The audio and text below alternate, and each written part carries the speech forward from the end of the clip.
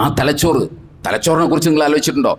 എൻ്റെയും നിങ്ങളുടെയൊക്കെ തലച്ചോറ് എന്ന് പറയുന്നത് 1300 ഗ്രാമിനും 1400 ഗ്രാമിനും ഇടയിലാണ്. അഥവാ 1300 ഗ്രാമാണ് എൻ്റെ ഈ തലച്ചോറിൻ്റെ തൂക്കം. അതിനകത്തുള്ളത് എന്തെന്നാണ്? 60% ഫാറ്റാണ്. ബാക്കി 40% എന്താണ്? വെള്ളമാണ്, പ്രോട്ടീനാണ്, കാർബോഹൈഡ്രേറ്റ് ആണ്, അതുപോലെ തന്നെ ഉപ്പാണ്, സാൾട്ടാണ്. ഇത് കൂടിയതാണ്. പിന്നെ അത് കൂടാതെയുള്ള രക്തമോടുന്ന കുഴലുകളാണ്, അതീവ ചെറിയ ഫൈബർ കുഴലുകളാണ് അതിനകത്തൂടി പോകുന്നത്. പിന്നെ ഉള്ളത് ന്യൂറോൺസ് ആണ്, നമുക്ക് മെസ്സേജുകൾ അങ്ങോട്ടും ഇങ്ങോട്ടും കൊടുക്കുന്ന ന്യൂറോൺസുകളാണ്. ഇത്രയും അടങ്ങിയത് ഈ 1300 ഗ്രാം അഥവാ 1 കിലോ 300 ഗ്രാം അത്രയുള്ള ഒരു തലച്ചോറ് ഇത്രയാണുള്ളത്. ഒന്ന് ആലോചിച്ച് നോക്കൂ, ഇതെന്തെന്ന സാധനം? ഇത് തികച്ചും ഫിസിക്കൽ മാറ്റേഴ്സാണ്, അഥവാ ഭൗതിക പദാർത്ഥമാണ്. നമ്മുടെ തലച്ചോറ് ഭൗതിക പദാർത്ഥമാണ്. നമ്മളൊരാളുടെ തല പൊളിച്ചിട്ട് നമ്മളത് നോക്കിക്കഴിഞ്ഞാൽ ഈ സാധനങ്ങളൊക്കെയാണ് അതിനകത്തുള്ളത്. ഫാറ്റ് ഉണ്ടാകും.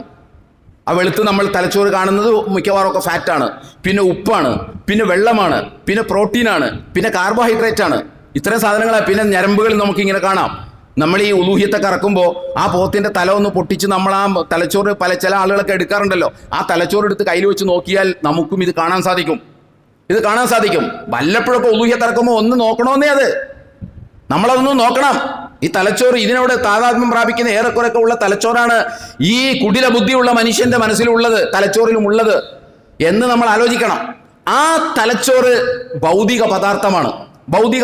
ഞാൻ പറയുന്നത് ഒന്ന് ഗൗരവത്തോടുകൂടി നിങ്ങൾ കാണണം. ആ ഭൗതിക പദാർത്ഥത്തിൽ നിന്ന് ഇന്റർനാഷണൽ സ്പേസ് സെന്റർ എന്ന് പറയുന്ന ഒരാശയം, തികച്ചും ഭൗതികമല്ലാത്ത ഒരാശയം ഉടലെടുക്കുകയാണ്. അത് പദാർത്ഥമല്ല. ആശയം എന്ന് പറഞ്ഞ പദാർത്ഥമല്ല. തീർത്തും പദാർത്ഥപരമായ ഒരു വസ്തുവിൽ നിന്ന് ഒരിക്കലും പദാർത്ഥമല്ലാത്ത ഒരാശയം, ഐഡിയ ഉണ്ടാവുകയാണ്. ഏതാ ഐഡിയ? International space centre.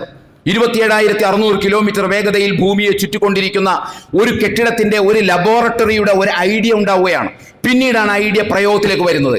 അപ്പോൾ തികച്ചും പദാർത്ഥപരമായ ഒരു വസ്തുവിൽ നിന്ന് ഒട്ടും പദാർത്ഥപരമല്ലാത്ത ഒരു ഐഡിയ രൂപപ്പെട്ട് പിന്നെ പദാർത്ഥപരമായിട്ടുള്ള ഇന്റർനാഷണൽ സ്പേസ് സെന്റർ ഉണ്ടാവുകയാണ്. ആ വസ്തുവിൽ ആ ഐഡിയ ഒളിപ്പിച്ചു വെച്ച ഒരു നാഥനില്ലേ, ഒരു റബ്ബില്ലേ, അതിനകത്ത് ആ ഐഡിയ ഒളിപ്പിച്ചു വെച്ച നാഥൻ.